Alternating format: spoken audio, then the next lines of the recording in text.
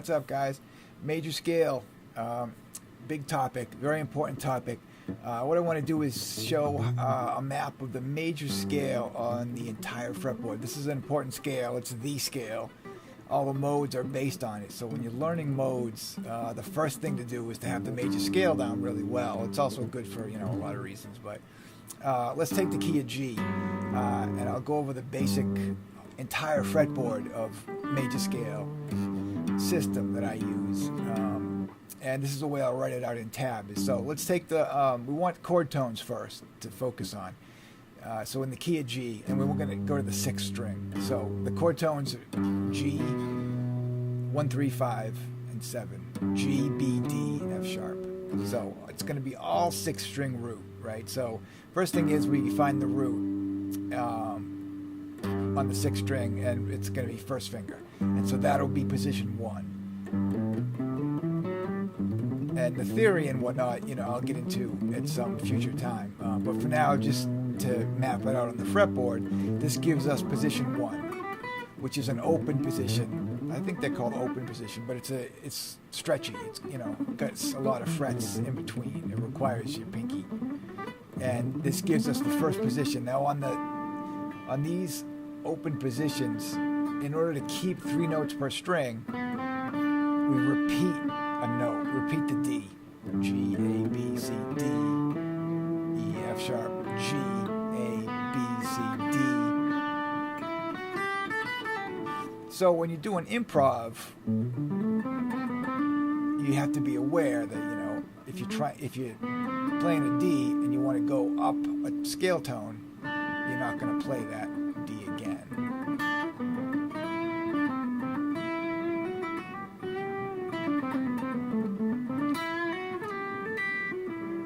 Or if you play it here and you don't want to play it, you got to skip it on the improv. But anyway, just to have positions, that's position 1. Now, notice our pinky is hitting the major third. So this position covers all that ground. So now we're going to take our first finger and put it on the 3rd. And this will be the next position 2, closed position. Not as stretchy. And we don't repeat a note on the 2nd and 3rd string. So that'll be position 2, starting from the 3rd. And it's important to note, the starting notes, because this is how we transfer it to other keys. All right, so now our pinky in this position is hitting the 5th. So now we'll move our first finger to the 5th.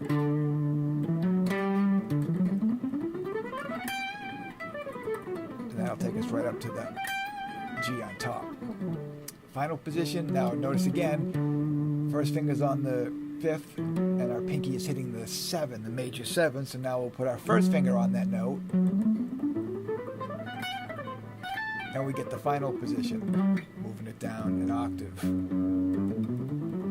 And now, so again, that's a closed position, so that has a repeated note. The C gets repeated. So our first position, open. Repeated note. Second position starts from the 3rd. No repeated note. Then we start from the 5th. And then we start from the major 7. And that is a closed position, but that does have a repeated note. So I guess. So there's the 4 positions. Also, now when you're practicing these positions, this isn't essential every time, but you want to be aware, say it to yourself every note. There's 2 ways to do this by every note. One is the 1 through 7, root, 2 or 9, 3rd, 4, 11, major 5, 5th, 6 or 13, major 7, root. So you want to be aware, the roots are super important. So each position, like position 2 starts on the 3rd, but the root, 3, 4, 5, 6, 7, is 5th string pinky. You could also think of it like that, 5th string pinky. Or there's a root there, 2nd finger, 2nd string. You can look at these scales from the root too. I'm calling this one, we're starting from the 3rd on the 6th string, but another good way to look at it is from where the root is. You want to be aware, so when you're practice a scale, you got to practice also, 3, 4, 5, 6, 7, root, bang. So now you'll have a position off the root like that. So you can, if you started on E with pinky, same thing. Now position 5, we're starting from the 5th, not position 5, position 3, starting from the 5th, but the root is on the 5th string, first finger. So another way to look at this scale would be root, 5th string, first finger. Or there's a root right there, so you could think root, top string, pinky.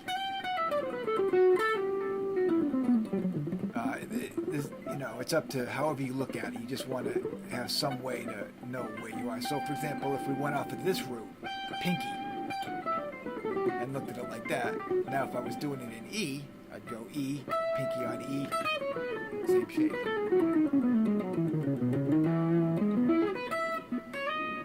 So back to G. So as you practice the scale, though, root's important, but every note, it's really helpful to, just practice the scale until it's second nature. That, okay, that's the 5th, that's the 6th, there's the major 7, root, 2, major 3rd, 4, 5, 6, 7. So that way when we do the arpeggio, or our positions of the arpeggio, the chord tones, you almost already know it. Don't just practice the scales as fingerings. Make sure you pay attention to chord tones. Then individual notes like keys. So, in this position it's 5, 6, 7, root, 2, 3, 4. But now you could put that to a key. So this is the key of G. So it'd be D, E, F sharp, G. Or you could think both. D, 5th, E, 6th, F sharp, major 7, G, root. That's both. So that's a good way to learn every key as well. Then do it in A flat, root, B flat is the 9, 2, C, major 3rd, and so forth. And that's a good way to, starting from B, C sharp, D sharp, E, F sharp, root, 2, 3, 4. So when you do an improv, very important that you know, if not the individual notes in the key, at least the Roman numerals, at least, okay, root sounds like this. And so if you hear a sound in your head, okay, that's the 13 I'm hearing, down to the 5th, to root, 9, 3rd, sus 4, up to 5th, root, major 7, root. That's the key to understand, to hear, and when you hear lines, so you'll know which of the 1 through 7 they are. And then, of course, other scales are just the same scale, but with flatted. Like G Dorian is 1, 2, 9, but then a flat 3rd. So you also get in a flat 7. So you kind of get used eventually to hearing those notes as well.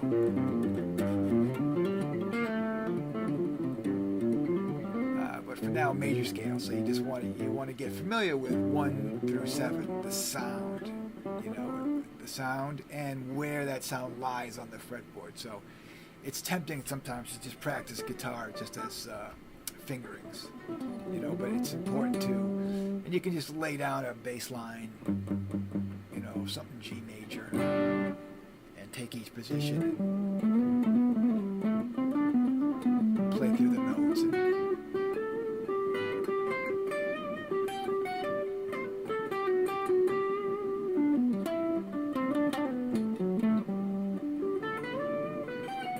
Focus on the chord tone, that we'll get into that. But so the major scale is more than just fingerings, but sounds. All the notes 1 through 7, and then 8 is just the octave. Okay, cool. Next is position 1, but instead of ending like this, I'll write out an alternate ending, which is sort of right there. So position 1, alternate ending, because we can kind of go here or here. So we want to cover both areas, and it's a nice alternate. Position 2 is pretty much the same, stays the same, but position 3, starting from the 5th, right here we shift a little bit, so we can also stay in position right here. So position 3 has an alternate ending. And then that brings us to middle positions. So notice these are all starting on the chord tones, which is good. So say we wanted to move it to B flat. Now if you memorize, starting from the root, then you can transfer it to right there, starting on the major 7. Get you that position starting on the 3rd of B, which would be D. There's the 3rd. Starting on the 5th, do it on F, the 5th of B flat. So that's cool, but then, so let's go back to G. Now when you're comfortable with position 1 and position 2, you'll notice that what if we start from in between 1 and 2 would be the A, the 9, the 2nd. That's sort of, that is, there is another position off of that. I guess you could consider it a middle position. And those are good to practice too, once you're really comfortable with, the main positions. So the next thing I'll write out is, this would be a middle position, starting from the 9 or the 2. And then we also have a position in between position 3 and, well, starting from the 3rd or starting from the 5th. In between there, we could start from the 4, the C. And that gives us a slightly different position. That's good to know too. And then same with, we could also start from the 6, the E. So those are sort of middle, I guess you'd call them middle positions. But they kind of help to complete the, next step. So I'll write out the middle positions. So there's one from the 9 or the 2, one from the 4 or 11, and one from the 6 or 13. Then I'll write out a couple of ideas for combining. So for example, let's say we're in G and we started on this position where we're starting on the major 7. Now right here, we could slide into, this is technically position 4. Let's call it major 7 position. Now we slide into the position with the root. And then we can slide up into the position where we start on the 3rd. That can happen with a slide, either pinky slide, or first finger slide, or we could just, I'll write out some examples for position jumping. So we get the main positions, middle positions, and then a couple examples of position jumping. So say we start from the 3rd. Right there, I did a jump. There's another jump. I tend to pick 3 notes and then jump up a fret and pick 3 more, like that. But when you're doing improv, you can slide. And when this is a strict playing of the scale where you're using a very technical fingering, but when you're actually doing improv, that everything will change. You might.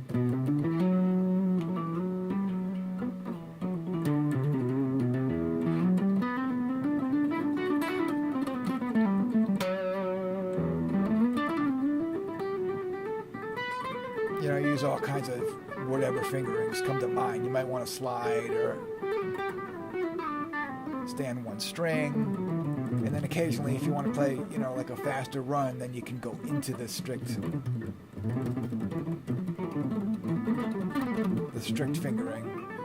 But you kind of end up mixing it up when you're actually playing for real. And then not to mention chromatic, stuff. That's a whole other thing. But so those are the main positions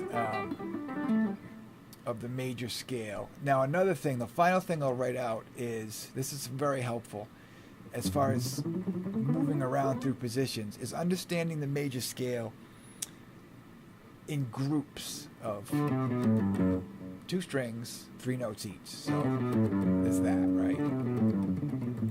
And the next 3 gives you this pattern, then this pattern, this pattern.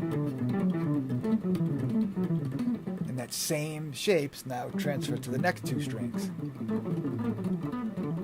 You know, and how it doesn't matter how you play them. You could play them. They don't have to be fast either. It's just understanding. It'll help you to see the major scale.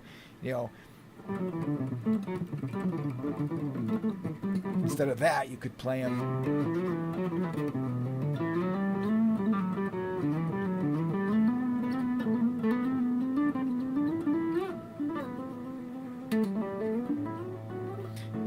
And then the third and fourth, same thing. Everything just shifts over once. So I'll write these out. Now, when it changes is on the third and second string. That's what messes everything up. Then they're completely different. They're actually kind of awkward. But then on the top two strings, it goes back to you know, the same shape. So like say there's your root. So notice now, so there's a G. I'm playing two strings here, and G is on the upper of the two strings on my first finger. So same here on the third string, same configuration. Now what's here, the next position, so this is 753, 753. Then it goes to 875, 875. So the same thing would happen here. Same fingering. Same if I had this G here. Then it would go up to, whoops. Then that fingering. So the fingering is the same. So the third group, first group is like this. Second group kind of uses third finger and pinky. And then it's first, second pinky. And then it's another open. So that's the same thing if I did it here. That shape, that shape. The shapes repeat themselves, you know, in those groups. So that's that. I found that helpful too. I'll write that out. When you see it in tab, it'll make more sense. That way, if you're playing the scale, and you decide to just stay on two strings, you can go up just on two strings. Of course, you can do it on one string too. It is good to take the major scale and practice it on every string to really understand the, you know.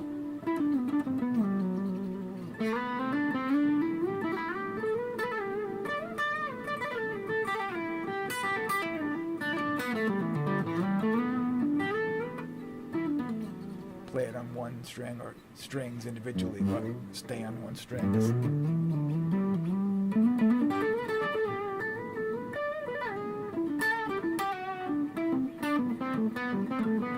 So anyway, that's about covers the major scale pretty good. Very important for learning all modes is to base them in the major scale. So example, the second mode is Dorian, A Dorian. So the G major scale played from A gives you A Dorian, but it's still the G major scale. So when you're in A Dorian, if you're not that comfortable with Dorian, say yet, if you have the major scale, at least you can just say, okay, well, I know it's the G major scale. So you have an A thing going on.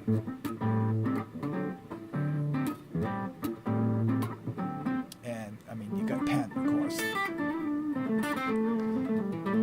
Let's say you want to do a scale run. You know it's the G major scale, and so you can just grab that, do a run, and then go back to pen.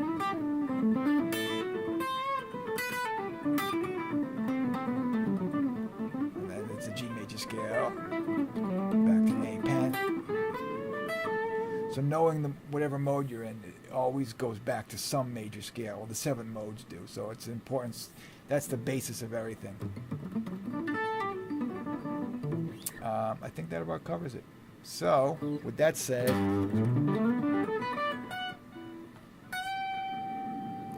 intonation. Rock on with the major scale. See you next time. Thanks. Please subscribe if you could, and any requests or anything.